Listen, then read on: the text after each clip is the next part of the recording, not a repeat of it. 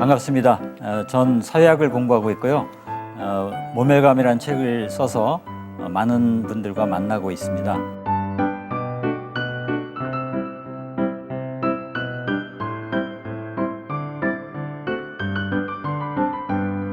제목을 보시고 어떤 느낌, 기억이 떠올랐는지 궁금합니다.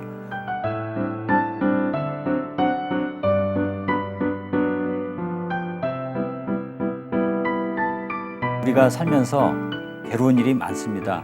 그 괴로움의 많은 부분은요, 다른 사람과의 관계입니다. 평생에 살면서 인간관계만이 참 어려운 그런 부분이 아닌가 싶습니다. 그것만 잘 풀려도 굉장히 우리 삶이 편안해질 겁니다. 반면에 대부분의 괴로움이요, 다른 사람과의 관계, 거기서 옵니다. 그래서 오죽하면 타인이 지옥이다, 그런 사르트르의 말이 있었고 드라마의 제목으로도 쓰였습니다. 그런데 그런 다른 사람과의 관계에서 생겨나는 감정이라는 게 여러 가지가 있습니다만 그 중에 뭐 두려움도 있고요, 분노도 있고요, 수치심도 있고 질투심도 있고 그런 부정적 감정들이 많이 있습니다. 근데 그것 못지않게 우리가 힘들어하는 감정이 오늘 여러분과 함께 이야기 나누려고 하는 모멸감입니다. 이 단어는 그렇게 많이 오랫동안 쓰여온 것 같지는 않습니다. 굳이 이 단어를 풀어내자면 모욕과 경멸, 이 두 가지가 합쳐져 있다 생각하면 될 텐데요. 어려운 단어가 아님에도 불구하고 우리가 입 밖에 이 말을 직접 쓴 적은 별로 없지 않았나 이런 생각이 듭니다. 하지만 의외로 이 감정은 특히 한국 사회에서 대단히 자주 경험이 된다. 최근에 많은 사건들이 계속 이어지고 있습니다.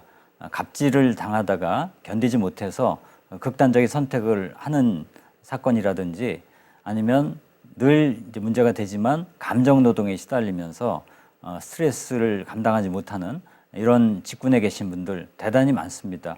왜 우리는 이렇게 다른 사람들을 못 살게 굴까? 우리 마음은 왜 그런 폭력적인 상황에 늘 노출이 돼 있을까? 그런 의문이 떠오릅니다. 자, 근데 그건 한국만의 문제는 아니고요. 인류 역사 속에서 자주 벌어졌던 그런 상황이라고 할 수 있습니다. 사진 하나를 보겠습니다.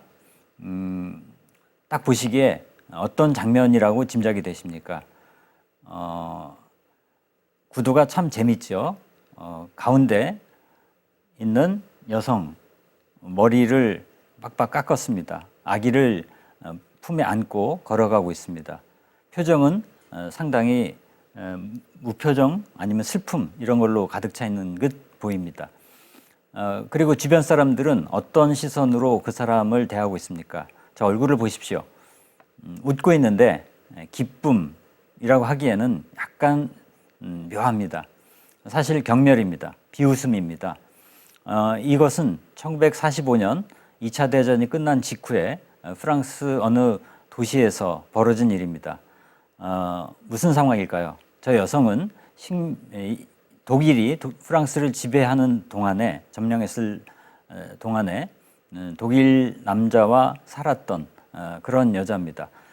저런 날이 올 줄 몰랐겠죠. 그래서 독일이 계속 그렇게 통치할 거라고 생각했겠지요. 그래서 그냥 어떤 사적인 감정으로 같이 살게 되었는데 이제 해방이 되어서 독일 사람들은 물러가고 많은 프랑스 사람들이 이제 분노에 차서 그동안 독일 사람과 함께했던 사람, 뭐 우리로 말하면 친일파 뭐 그런 거 비슷하겠죠. 근데 특히 여성들 가운데 그렇게 뭐 국가적으로 큰 위해를 가한 게 아님에도 불구하고 저렇게 남자와 함께 살았다는 이유만으로 경멸과 비난의 대상이 되는 그런 일들이 그 당시에 프랑스 곳곳에서 참 많이 있었습니다.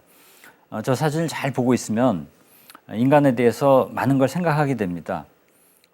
저 심리는 뭘까? 한 사람을 가운데 놓고 수많은 사람들이 엄청난 손가락질을 하고 그리고 추방을 하고 있거든요. 저걸 동영상으로도 보실 수가 있는데요. 찾아보시면 저 당시에 막 침뱉고 때리고 뿐만 아니라 집을 버젓이 가지고 있음에도 불구하고 그냥 내쫓아 버립니다. 그래서 저 채로 그냥 쫓겨나는 거지요. 사람은 어릴 때부터요, 비웃음거리가 되는 것에 굉장히 민감합니다. 우리 어릴 때 어땠습니까? 얼라리 꼴라리 이런 말 많이 들었죠. 남을 놀리기도 했죠.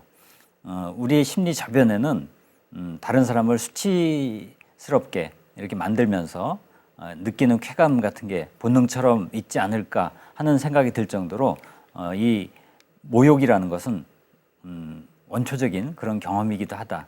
수치심하고도 아주 밀접하게 연결이 돼 있는 것이기도 하죠. 자, 다른 사진 하나 보겠습니다. 이것은 소록도라고 아십니까? 옛날 한센시병, 뭐 문둥병이라고도 했습니다만 그런 병에 걸렸던 사람들이 일제 식민지배 기간 동안에 소록도에 집단 수용이 됐고 해방 이후에도 일정한 기간 동안 계속 저렇게 살았습니다. 엄격하게 관리가 됐던 거죠.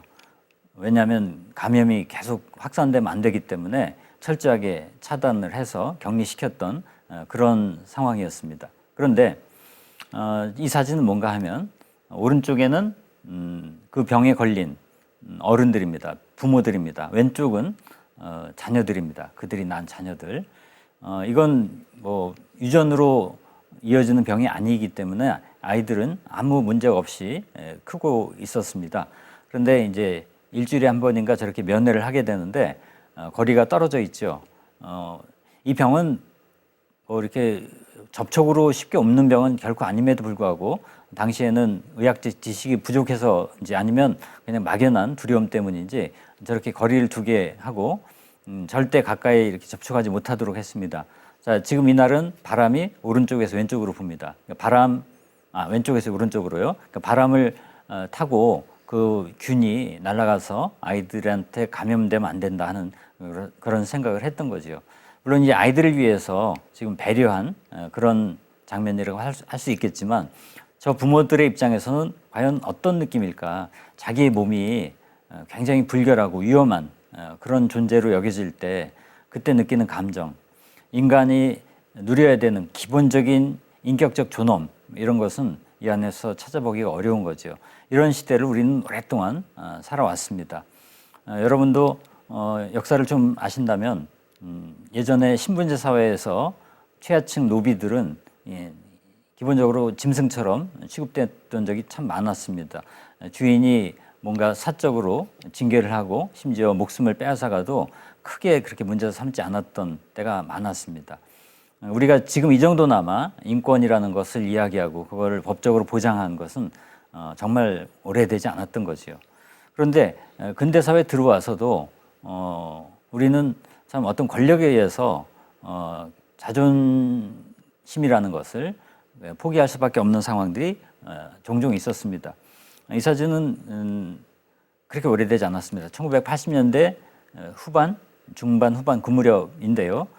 딱 봐서는 무슨 장면인지 잘 감이 안 오시죠.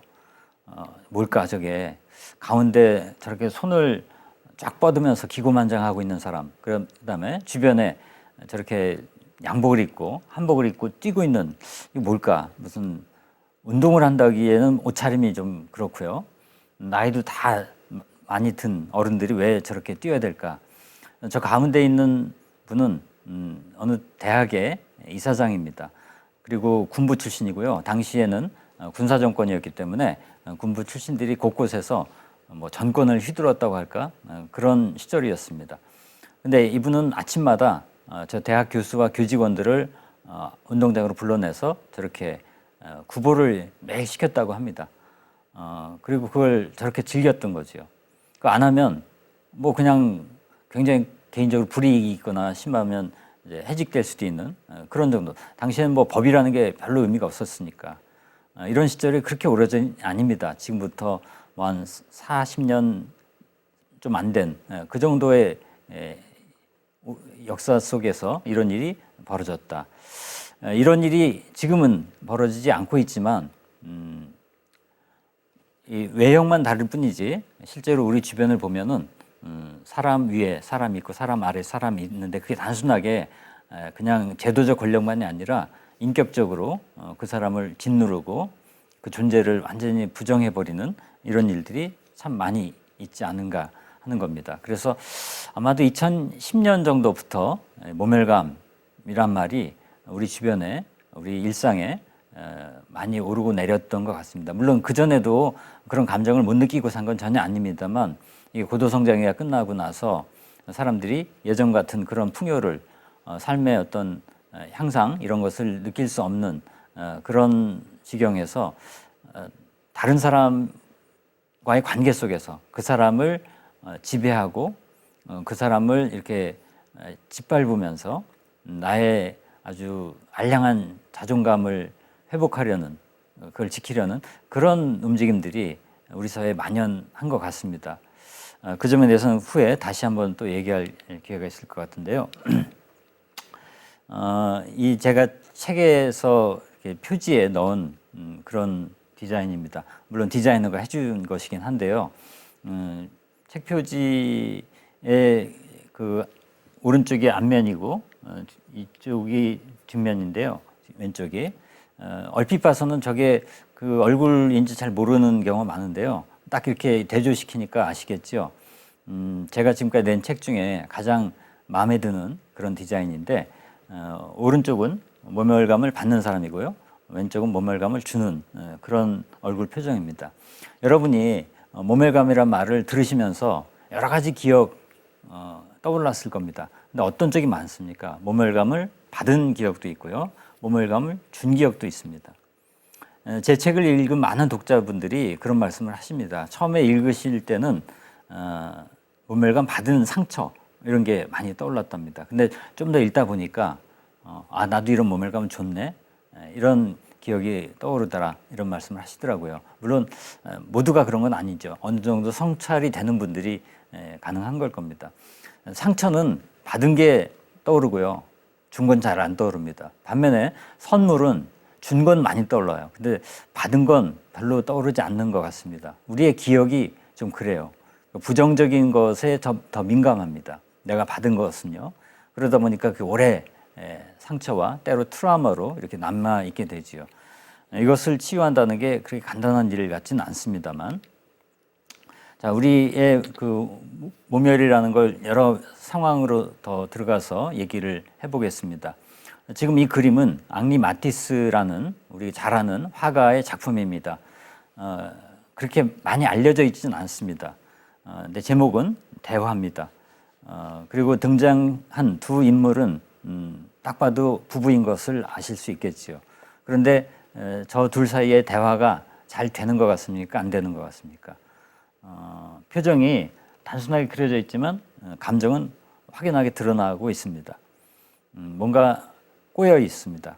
뭔가 안 풀립니다. 막혀 있습니다. 그리고 저 가운데 잘 보면 코드가 하나 숨어 있습니다. NON, 그러니까 불어로 농, 영어로 no, 부정어가 들어가 있습니다. 서로를 거부하는 그런 표시죠. 인간관계에서 우리를 힘들게 하는 그런 것 중에 하나가 아주 친밀한 사이, 가족, 때로 친구, 그러니까 전혀 모르는 사람이 나를 힘들게 하는 경우는 그렇게 많지는 않은 것 같습니다. 물론 그것에 이제 늘 시달리는 이른바 감정 노동을 하는 분들은 그게 가장 힘들어요. 근데 보통 사람들은 나와 전혀 관계가 없고 잘 알지 못하는 사람들이 나를 힘들게 한다, 그런 일은 많지 않습니다. 자주 부딪히는 사람, 직장 동료나 상사, 그다음에 이제 매일 함께 살아가는 그런 가족들이 의외로 소통이 잘 안 될 때가 많죠. 부부는 사랑해서, 요새 같으면 다 연애를 통해서 좋아서 결혼을 했음에도 불구하고 결혼하고 나서 여러 가지 일로 계속 부딪히기가 일쑤입니다. 그런데 이 부부 싸움을 참 잘해야 되는데 싸움을 안 할 수는 없고요. 부부 싸움을 제대로 해야 되고, 제대로 한다는 것은 뭐냐면 정확하게 그 쟁점을 다루고, 또 하나 더 중요한 것은 불필요하게 상대방에게 상처를 주거나 감정을 자극하거나 이래서는 안 되는 거죠. 왜냐하면 그렇게 될 때 그 원래 다루고자 하는 이슈도 왜곡이 되고, 그게 설령 해결이 됐다 할지라도 그 응어리가 오랫동안 남기 때문입니다. 여러분은 가까이 지내는 사람과 갈등이 있을 때 어떻게 풀어가십니까? 자, 미국에서 이혼 오랫동안 연구한 심리학자가 있습니다. 그분은 부부들이 대화하는 것을 수천 케이스를 이렇게 쭉 녹취했다고 할까, 뭐 영상으로도 이렇게 해서 비교 연구를 했어요. 그분이 이혼에 이르는 부부들이 어떤 대화를 많이 하나, 그것을 쭉 종합해서 분석하니까 4가지가 나옵니다. 어떤 대화를 하면 주로 이혼에 이르나? 첫 번째가 비난입니다. 비판하고 좀 다르죠. 영어로는 비슷하게 보일지 모르지만 이제 우리말에서는 비난, 비판은 약간 뉘앙스가 다릅니다. 비난은 상대방의 존재 자체를 격화시킵니다. 몰아세우고요. 여러분들 비난을 받아보시면 이렇게 뭔가 위축이 되고 아니면 거꾸로 반발심이 일어나고 그런 일이 많지 않습니까? 특히 부모 자녀 사이에 상사와 부하 직원 사이에 이런 권력 관계 속에서 비난이 흔히 일어납니다. 그래서 그냥 잘못을 지적하는 걸 넘어서서 인격적으로 크게 이렇게 훼손을 주는 이런 결과로 이어질 때가 많죠. 두 번째가 경멸입니다. 뭔가 업신여기는 거죠. 나와 좀 한 차원 낮은, 나보다 한 차원 낮은 그런 사람으로 여기는 이런 취급을 받을 때 우리는 굉장한 그 수치심을 느끼게 됩니다. 내가 왜 이러고 사나? 그러니까 누구나 인간은 자신의 존재 가치를 확인하고 싶어 하죠. 공통적인 그런 속성입니다. 인간이라면 갖고 있는 그런 본능에 가까운 그런 에너지일 텐데요. 동물들은 그런 존재 가치를 추구하지 않습니다. 그냥 생리적으로 욕구만 해결되면, 그리고 어느 정도 안전만 지켜지면 그 다음엔 별로 신경 쓸 게 없어요. 근데 인간은 결코 거기에 만족하지 않죠. 다른 사람과의 비교 속에서, 특히 비교 속에서 내가 얼만큼 우월한가, 열등한가 이런 걸 늘 신경을 씁니다. 특히 한국 사람들은.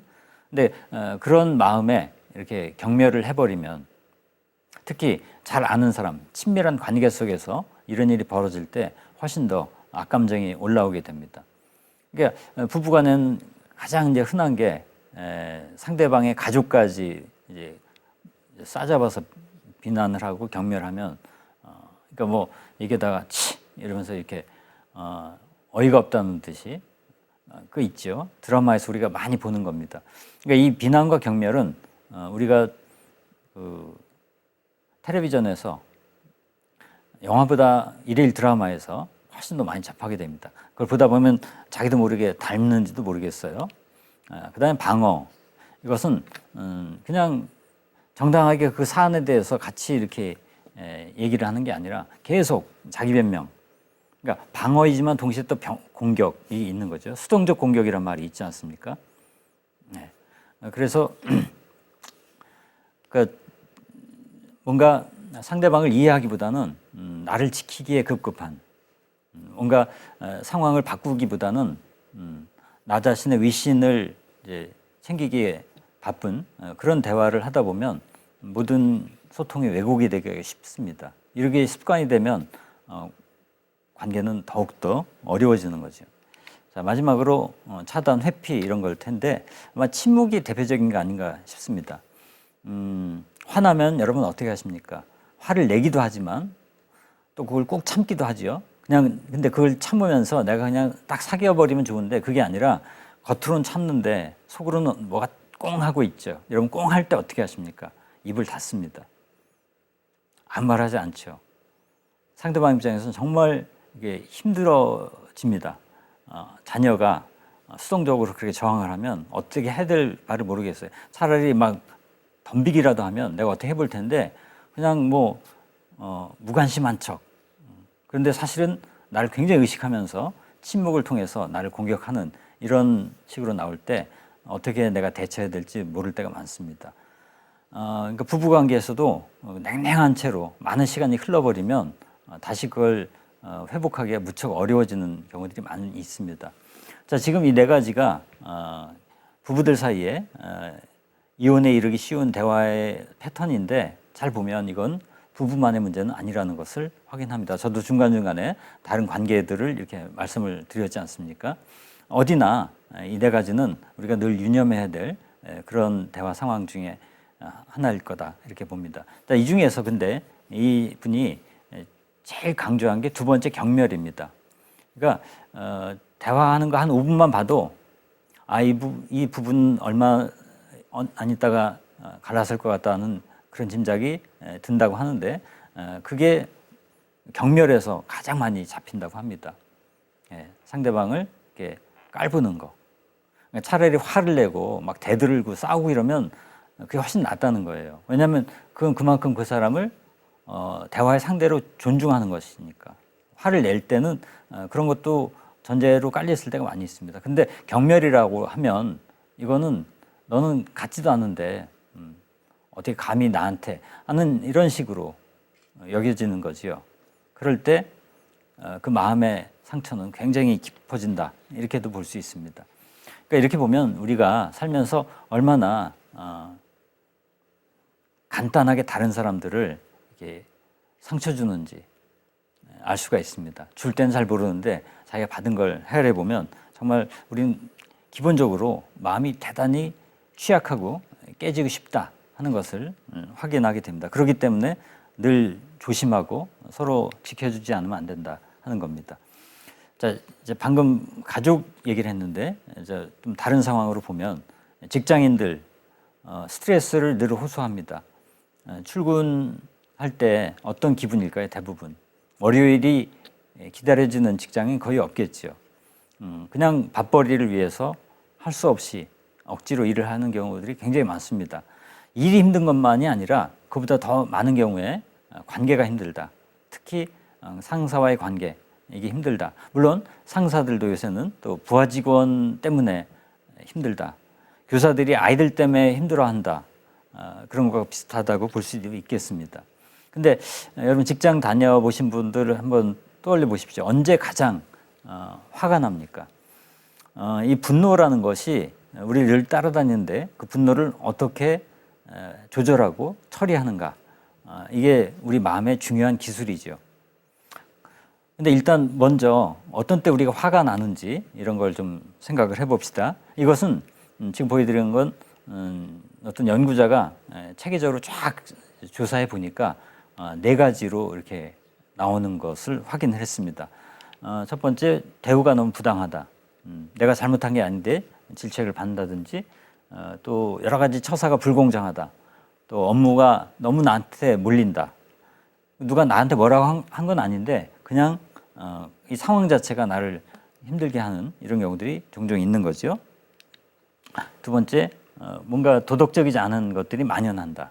거짓말이 횡행하고 성희롱, 그다음에 태만, 부정, 나보다 일 전혀 안 하는 사람이 훨씬 덜 하는 사람이 나보다 월급을 더 많이 받는다. 이런 것도 여기에 해당하죠. 부당한 대우와 맞물려서 이제 부도덕한 것이기도 하죠. 그것은. 그다음에 자신의 일이 제대로 진행되지 않을 때 이건 그냥 뭐 내가 무능해서 그럴 수도 있고요. 여러 가지 어떤 상황이 얽혀서 자꾸 꼬이는 이런 것도 생각해 볼 수 있습니다. 당연히 이것도 스트레스 원천이 됩니다. 자, 또 하나가 존중받지 못하거나 공개적으로 모욕을 당할 때 의외로 이런 경우 많습니다. 예. 그러니까 다른 사람들이 있는데 내가 창피를 당한다. 의도적으로 나를 그렇게 만들었다. 그러니까 창피를 당한다는 것은 누가 뭐라고 하지 않았는데 그냥 뭐가 드러나서 수치심을 느끼는 경우도 있지만 모욕이라는 것은 의도적으로 나를 딱 집어서 이 사람 창피 줘야지, 이 사람 좀 혼 좀 내야지. 근데 그 단순한 그런 꾸지람이 아니라 인격을 부정하는 전혀 그 사람을 존중하지 않는 이런 것으로 가버릴 때 우리는 엄청난 그런 정신적인 그 위축을 경험하게 됩니다. 여러분은 이런 걸 보시면서 어떤 경험이 떠오릅니까? 이건 역시도 꼭 직장만이 아닐 겁니다. 뭐 어떤 친구 관계 속에서 또는 뭐 교회에서라든지 어느 부분은 가정에서도 해당되는 사항일 수도 있습니다. 그래서 이 인간은 어떤 좋은 감정을 누리기보다는 나쁜 감정에 휩쓸리기가 훨씬 쉽다. 인간이 그렇게 형성이 된 것 같습니다. 그러니까 옛날부터 이렇게 패거리를 짓고 남을 배제하고 이러면 내 힘이 좀 커지는 것 같은 그런 착각을 느끼면서 살았던 것 같아요. 실제로 그것이 힘이 될 때도 있었고요. 근데 잠깐은 그럴지 모르지만 길게 보면 나도 언젠가 그런 것의 피해자가 될 수 있는데 그걸 우리는 잘 헤아리지 못하는 거죠. 자, 이런 식으로 모욕을 당할 때 우리는 어떤 마음이 들까? 리프킨이라는 그 미래학자가 많은 책을 썼는데 아주 두꺼운 책이 있습니다. 공감의 시대라는 겁니다. 그러니까 공감이라는 게 인류 역사 속에서 어떻게 자리매김되어 왔는가, 미래 사회에 이게 얼만큼 중요한가 하는 것을 체계적으로 잘 기술하고 있는데요. 여기에 한 대목을 제가 좀 따왔습니다. 모욕은 한 인간을 집단적 우리, 여기서 우리들에서 고립시키는 행위인데요. 모욕당한 사람은 부계자가 되고 비인칭적 존재가 된다. 비인칭적 존재는 뭐냐? 뭐 투명인간? 있으나 없으나 마찬가지. 여러분 없는 사람 취급당할 때 있지 않습니까? 말을 했는데 전혀 대꾸도 안 해. 얼마나 황당합니까? 내가 문자 메시지 보냈는데 전혀 반응이 없어. 무관심이 굉장히 그 사람 힘들게 하는 거 있지 않습니까? 근데 그 무관심이 의도적이다 하면 더 힘들죠, 그게. 자, 빨간 글씨로 제가 좀 강조했습니다. 모욕을 당하면 내면의 공감 본능 스위치가 꺼진다. 자, 이 공감이라는 게 매우 중요하다는 게 아주 강조가 되는 시대입니다. 여러분도 많은 이야기를 들었을 겁니다. 책도 많이 나와 있고요. 공감이 우리 삶 속에서 얼마나 중요한지, 이게 사적인 영역에서만이 아니라 일을 하는 업무의 관계 속에서도 공감을 얼만큼 잘하는가, 이런 것이 곧 핵심 능력이 되기도 합니다. 그래서 어느 연주자는 그런 질문을 받았다고 해요. 가장 당신이 원하는 동료 연주자는 누구냐, 그러니까 다른 사람 마음을 잘 헤아리는 사람이다, 이렇게 얘기했다고 합니다. 연주를 잘하는 게 아니고요. 연주가 좀 떨어지더라도 이건 협업이니까 저 사람이 지금 뭘 느끼는지 그걸 잘 알아차릴 수 있는 능력, 이게 곧 음악인의 역량이다, 이렇게 얘기하는 겁니다. 이렇다고 볼 때 공감이라는 것은 우리가 살면서 늘 켜둬야 될 스위치인데 이게 언제 꺼지는가? 이 저자는 모욕을 당할 때라고 합니다. 여러분이 모욕당했던 순간을 떠올려 보십시오. 다른 사람의 마음에 다가갈 수 있는 에너지가 완전히 거세됩니다. 그래서 저 사람이 얼마큼 지금 아픈지, 얼마큼 슬픈지, 그것을 이렇게 어루만질 그런 여력이 없습니다. 그러니까 이런 모욕이 만연하는 사회에서는 공감이라는 게 점점 희박해지는 거고, 그만큼 우리 정서가 삭막해질 수밖에 없는 것, 이걸 우리는 여기서 확인해 볼 수가 있습니다. 근데 우리는 다른 사람을 이제 모욕하는 경우에 그냥 모욕하지 않습니다. 뭔가 거기에 걸고 넘어지는 게 있어요. 그 사람이 뭔가 잘못해서 그걸 갖고 하는 경우도 있지만 그건 차라리 낫습니다. 더 우리를 황당하게 하는 건 단지 그 사람이 어떤 존재이기 때문에, 사회적으로 어떤 위치이기 때문에 그걸 갖고 이렇게 비하하는 거. 그러니까 우리가 어떤 사람을 대할 때요, 그냥 그 고유한 한 인간으로 대하는 경우보다 훨씬 더 많은 경우에 그 사람과 나 사이를 구분하는, 또는 그 사람과 나 사이를 엮어주는 동일한 그 범주, 영어로 카테고리, 이걸 가지고 우리는 다른 사람을 대합니다. 그러니까 그 사람은 뭐 여성이기도 하고요. 예를 들어서 제일 우리 사회, 어느 사회나 기본적인 게 성이죠. 남성이냐 여성이냐. 그러니까 남성이 여성을 무시한다, 단지 여성이라는 이유로. 뭐 이런 게 오랫동안 있어왔고, 이런 거에 대한 이제 개선의 움직임들이 인류 역사에서 최근에 있어온 겁니다. 그 다음 중요한 게 나이죠. 우리도 특히 한국 같은 데서는 이렇게 존댓말이 있다 보니까 누군가 처음 대화의 말문을 틀 때 그 사람의 나이를 확인하게 됩니다. 그것에 따라서 서열이 정해질 때도 참 많습니다. 근데 그걸 넘어서서 그 사람의 그 사회적인 우열까지도 가늠하는 경우 참 많지요. 나이 때문에 서러워 본 적이 있으세요? 나이가 어리다고 무시당한 적도 있고요. 나이가 많다고 밀려나는 경우도 참 많습니다. 때로는 젊은이가 부럽기도 하지만 때로 반대로 나이 든 게 부럽기도 합니다. 상황에 따라서. 여러분은 어느 나이대가 가장 그나마 좀 편안할 거라고 생각합니까? 거기에 바로 그 사회의 모습이 있다, 이렇게 생각이 들어요. 그다음에 인종, 우리 사회에서는 이게 다문화 사회라고 하죠. 그러니까 그동안 소위 단일 민족이라는 신화 속에서 살면서 우리끼리는 같은 민족이라고 늘 믿어서 큰 문제가 안 됐는데, 이제 외국에서 말도 다르고 외모도 차이가 나는 이런 분들이 들어오면서부터 이제 인종이라는 이런 것이 문제가 됩니다. 자, 인종이라는 것은 제가 저기 따옴표를 친 게 객관적인 개념이 아니기 때문에 그렇습니다. 피부빛이 다른 거죠. 인종이 정말 종이 다르냐? 생물학적으로 종은요, 이렇게 서로 짝짓기를 못하는 경우에만 종을 구별합니다. 근데 인간은 같은 종이죠. 그러니까 인종이란 말은 엄밀하게 얘기해서 과학적인 개념은 아니다.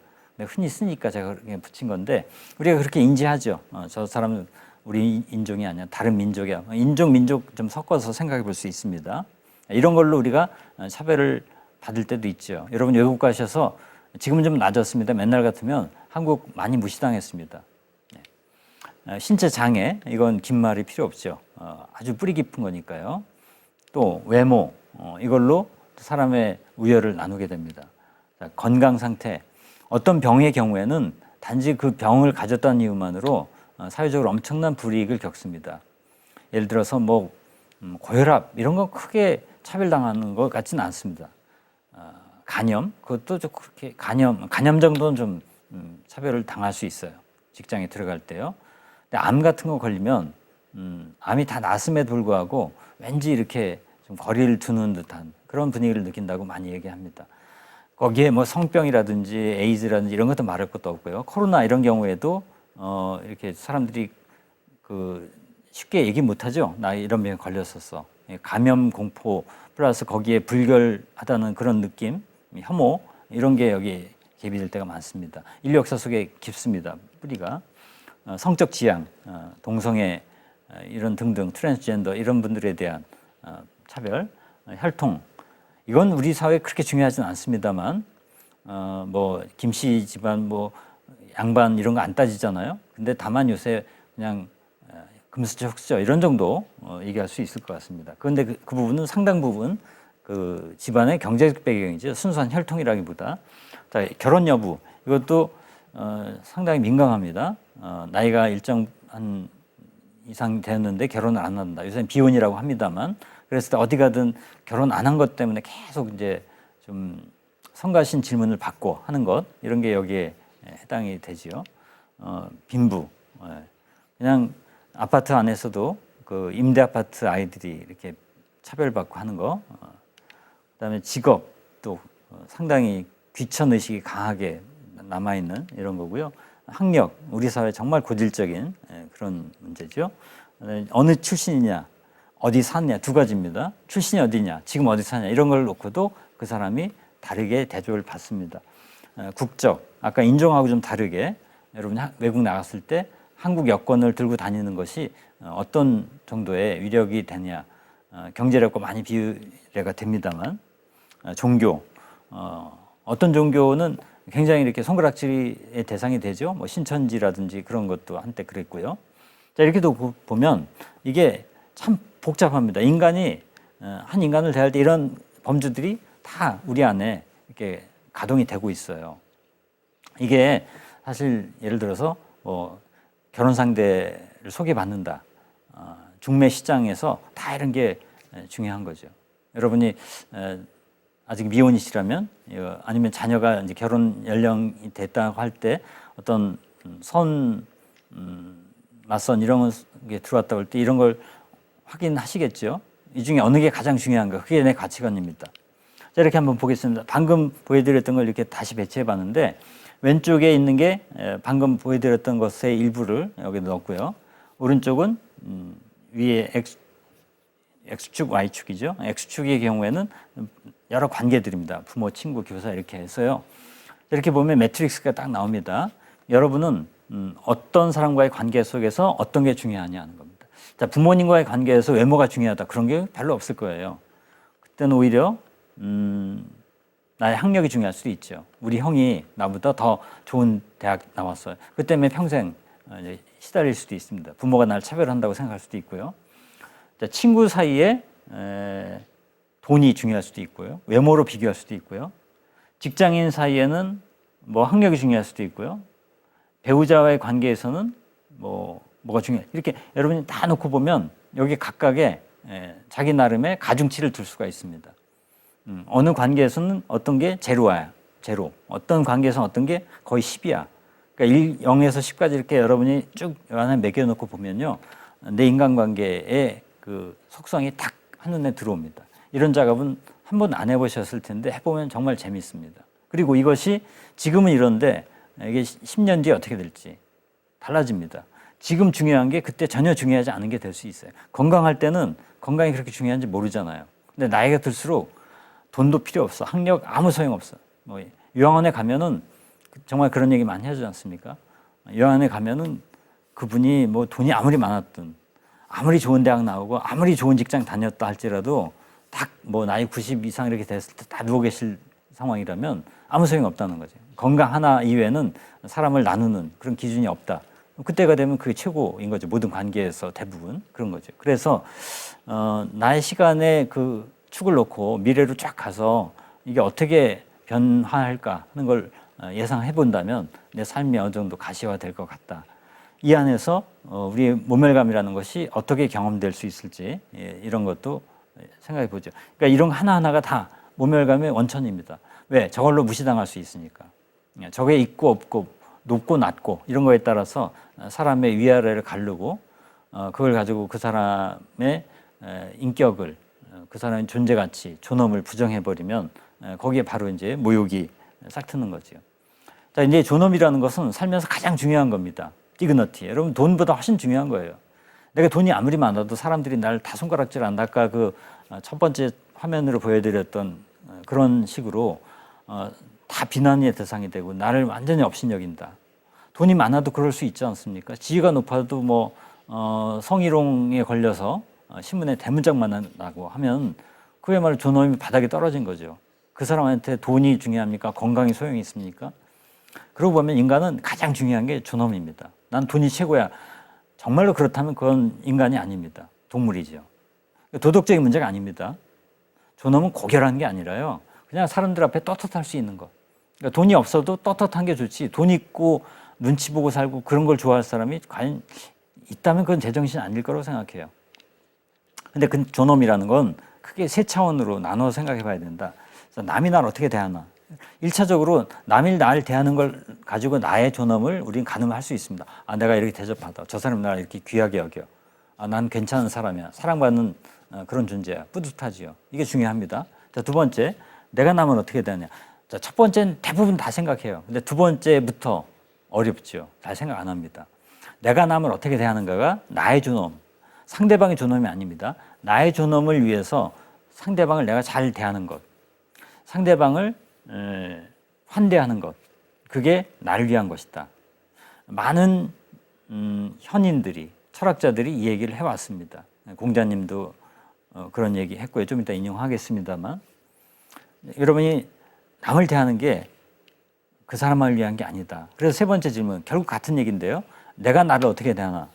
이게 바로 내 존엄에 관련된, 직결된 그런 문제다 하는 겁니다.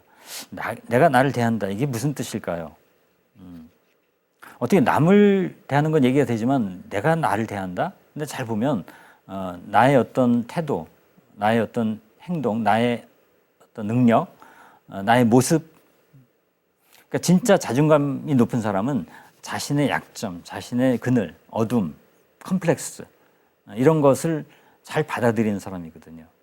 근데 그걸 외면하고 억누르고 감추려는 사람은 자존감이 약할 수밖에 없고 그걸 남한테 투사해서 그런 것이 보이는 누군가 드러나면 막 그걸 끄집어내고 막 확대하고 해서 그 사람은 손가락질합니다. 그러는 동안에 자기가 좀 귀하게 여겨지는 듯한 착각을 하는 거죠. 그래서 모욕이 만연하는 겁니다. 그러니까 간단하게 이야기하면 자존감이 낮은 사람일수록 다른 사람을 힘들게 하고요. 여러분을 힘들게 하는 사람들이 주변에 많다. 그 사람들은 거의 다 자기를 사랑하지 못하는 사람이다. 자기를 혐오하는 사람이다. 자기도 대단히 힘든 사람이다 하는 것을 머릿속에 넣는다면 상당히 그 사람들을 대할 때 일단 좀 편해질 수도 있다 하는 생각이 듭니다.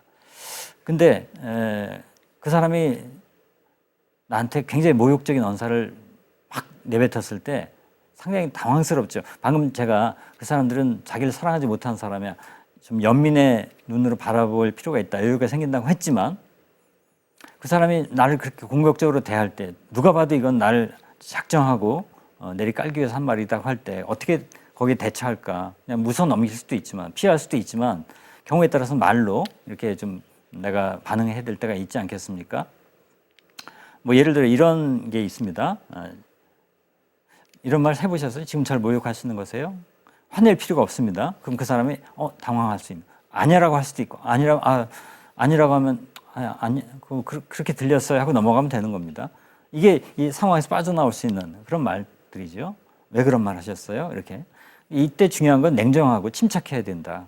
같이 흥분하고 내가 막 수동적이고 방어적이고 나가면 안 됩니다. 공격적일 필요가 없습니다. 그냥 있는 그대로 뭔가 사태를 확인하고 그 사람의 의견을 정확하게 묻는 거죠. 존중하는 마음으로. 그래야지 내가 오히려 그 사람을 이렇게 내 페이스로 끌고 갈 수가 있습니다. 이제 이게 지금 제가 만들어낸 말이 아니라 여러 책에서 이렇게 본 거예요. 모욕이라든지 이런 거에 대해서 어떻게 대처하는지, 뭐 이른바 자기계발서처럼 나오는 것들 보면 이런 사례들이 있습니다. 미안하지만 난 모욕하지 않아요. 그러니까 상대방이 어떻다고 얘기하지 않죠. 근데 여기에 깔려 있죠. 넌 모욕했지, 난 안 해. 난 너와 달라. 클래스가. 뭐 이런 식의 이런 말들을 들으면 상대방이 움찔할 거예요. 이것도 아주 고수인데요. 상대방이 나를 모욕했을 때 네가 한 말 중에 참 재치가 있네. 이렇게. 또 어떤 사람은, 제가 여기 적지 않았습니다만, 어떤 사람은 약점 갖고 막 뭐라고 하잖아요. 이렇게 하는 사람도 있어요. 당신이 나에 대해서 약점 아는 게 그거밖에 없어요? 내 약점 더 얘기해 볼까 하면서 쫙 늘어놓는 거죠. 겨우 그 정도 약점 아는 거 갖고 뭘 얘기하냐고. 내 약점 엄청나다. 이렇게 얘기해 버리면 오히려 할 말이 없어지는 거죠. 바로 그런 게 자기를 사랑하는 한 가지 방식이죠. 그러니까 이건 스킬이 아닙니다. 스킬도 있지만 더 중요한 것은 내공이죠. 그 내공은 자기를 진정으로 수용하고 사랑하는, 자기 삶을 아끼는 그런 힘에서 나온다 볼 수 있습니다. 그때만이 여유 있게 그 상황에 대처할 수가 있는 거죠. 우리가 왜 쓸데없이 위축되는가, 누구와 함께 있냐에 따라 다르고요. 그들과 어떤 관계를 맺냐, 이런 것과 깊이 연관이 되는데, 알랭드 보통이 많은 책을 썼습니다만 불안이라는 책을 썼어요. 이 불안은요, 지위 불안, 스테이터스 앵자이어티라는 지위 불안에 대해서 쓰고 있습니다. 내가 저 사람보다 높은지 낮은지 이런 걸 가지고, 내가 거기 보면 이런 그림이 있어요. 지금 조금만 이렇게 키가 작은, 저건 상징적인 거죠. 사회적인 위세가 좀 떨어진, 돈일 수도 있고 뭐 학력일 수도 있고 뭐든 외모일 수도 있고요. 이게 남과의 비교 속에서 내가 아주 열등한 존재로 여겨지니까 속이 상한 거지요. 근데 이 그림 보세요. 똑같은 지금 구성 멤버들입니다.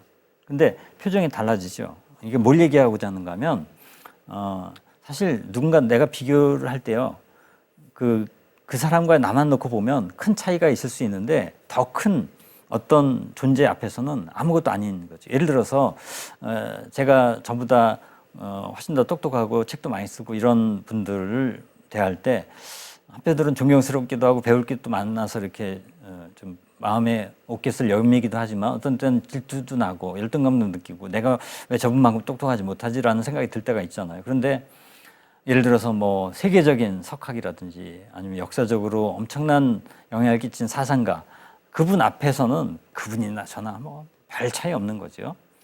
그런 겁니다. 도토리 키재기가 되는 겁니다. 그래서 우리가 사소한 것에 시달리지 않으려면 기준을 좀 바꿔야 된다. 여러분이 예를 들어서 뭐 공자님한테 열등감을 느낀다. 괜찮을 것 같아요.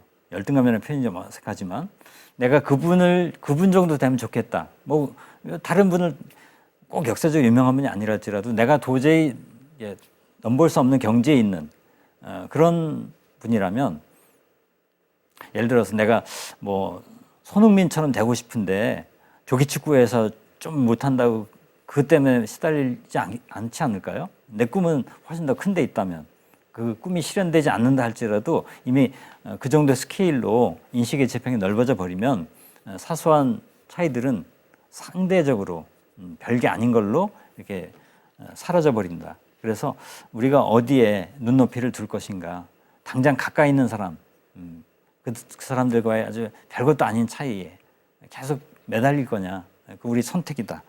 이렇게. 그러니까 아까 제가 다른 사람이 날 어떻게 대하나, 내가 남을 어떻게 대하냐 이런 얘기 드렸지만 사실 우리 민감합니다. 다른 사람이 날 어떻게 대하는지. 근데 오래전에 철학자 에픽테토스가 얘기했어요.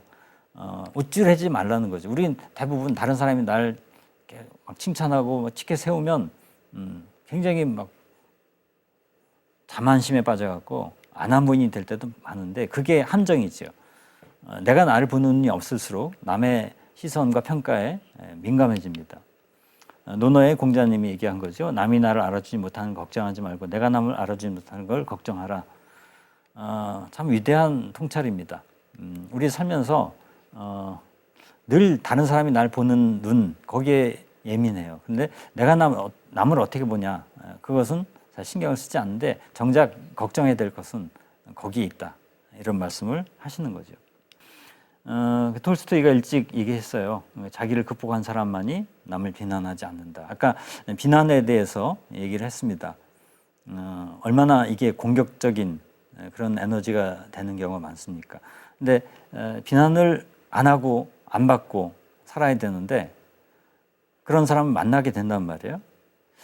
그 사람은 누굴까요? 자기를 극복하지 못한 사람입니다. 자기 안에 갇혀 있는 사람이죠. 그러니까 자기 때문에 부대끼기 힘든 것을 남한테 그렇게 퍼부음으로써 약간 회피하는 그런 반응이라고 보면 여러분이 부당하게 비난받을 때 거기에 덜 괴로워할 수 있겠다.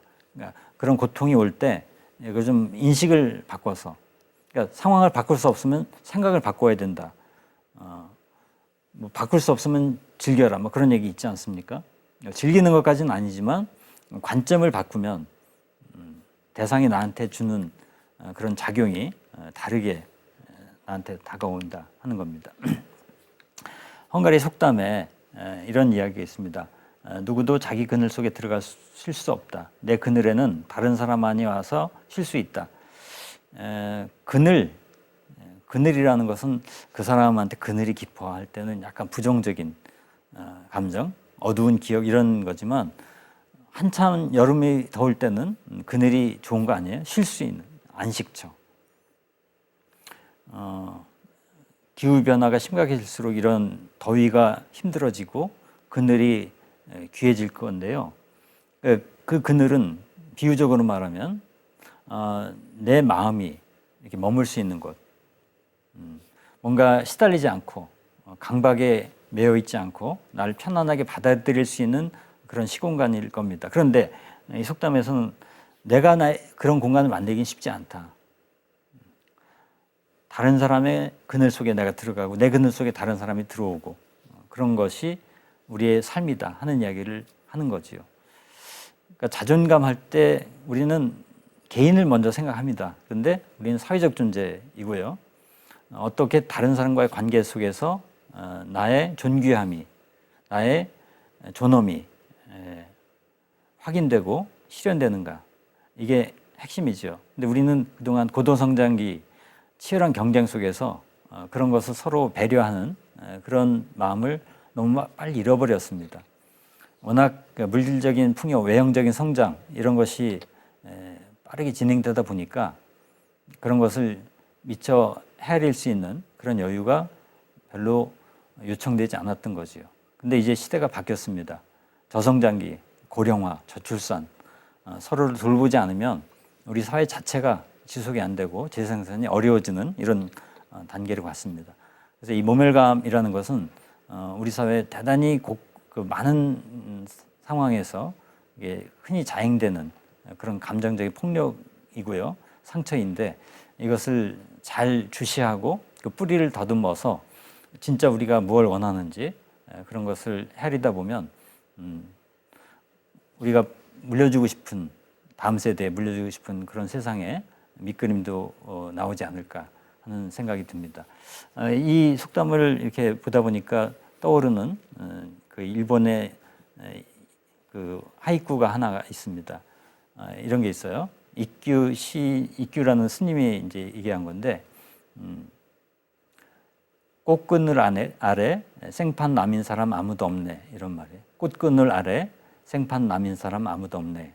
그러니까 꽃그늘이라는 것은 봄에 꽃이 많이 피었을 때 그늘이 지지 않겠어요?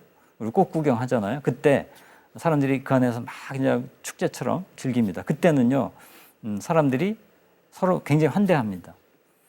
뭐 그때 서로 비교하고 뭐 돈 많고 적음 이런 거 안 따집니다. 그냥 꽃이 좋으니까. 그때 우리 마음이 확 열려요. 우주를 향해서 퍼져나가요. 그때 남과 나 사이의 경계가 사라지죠. 그래서 생판남이 없다는 겁니다. 꼭 꽃만이 아니죠. 굉장히 위대한 어떤 예술적 경지, 아름다운 그런 산이라든지 뭐 위대한 자연 이런 걸 볼 때 다 그런 마음이 듭니다. 그래서 우리가 어떤 차원까지 우리의 정신 세계를 고양시키는가에 따라서 우리가 일상을 만들어가는 방식이 달라지고 다른 사람과의 관계 맺기도 이제 더 아름다운 그런 모습으로 변모할 수 있을 거라는 생각이 듭니다. 오늘 제가 몸의 감을 쓴 저자로서 책 쓴 이후에 뭐 더 전개된 생각들도 좀 나눠드렸고요. 여러분이 뭐 여유가 되신다면 제 책을 읽으시면서 여러분의 경험과 일상을 좀 더 찬찬히 이렇게 돌아보실 수 있을 것 같고요. 그 거울에 비춰진 모습을 가지고 어떤 삶을, 어떤 세상을 만들어 갈 수 있을지 좀 다양한 상상을 모아갔으면 좋겠습니다. 그래서 여러분 주변에 만나는 분들과 이런 상처에 대해서 우리 감정의 움직임에 대해서도 이야기를 나누게 된다면 오히려 우리의 어려웠던 그 순간이 서로에게 공감을 자아낼 수 있는 그런 연결이 되고 선물이 될 수 있지 않을까 하는 생각이 듭니다. 여러분이 그런 대화의 시공간, 만남을 많이 가지시면 좋겠습니다. 오늘 길지 않은 시간에 너무 큰 얘기를 해서 저도 약간 빡빡하긴 했는데 함께 해주셔서 고맙습니다. 다음 기회에 다른 자리에서 반갑게 맞이할 수 있으면 좋겠습니다. 고맙습니다.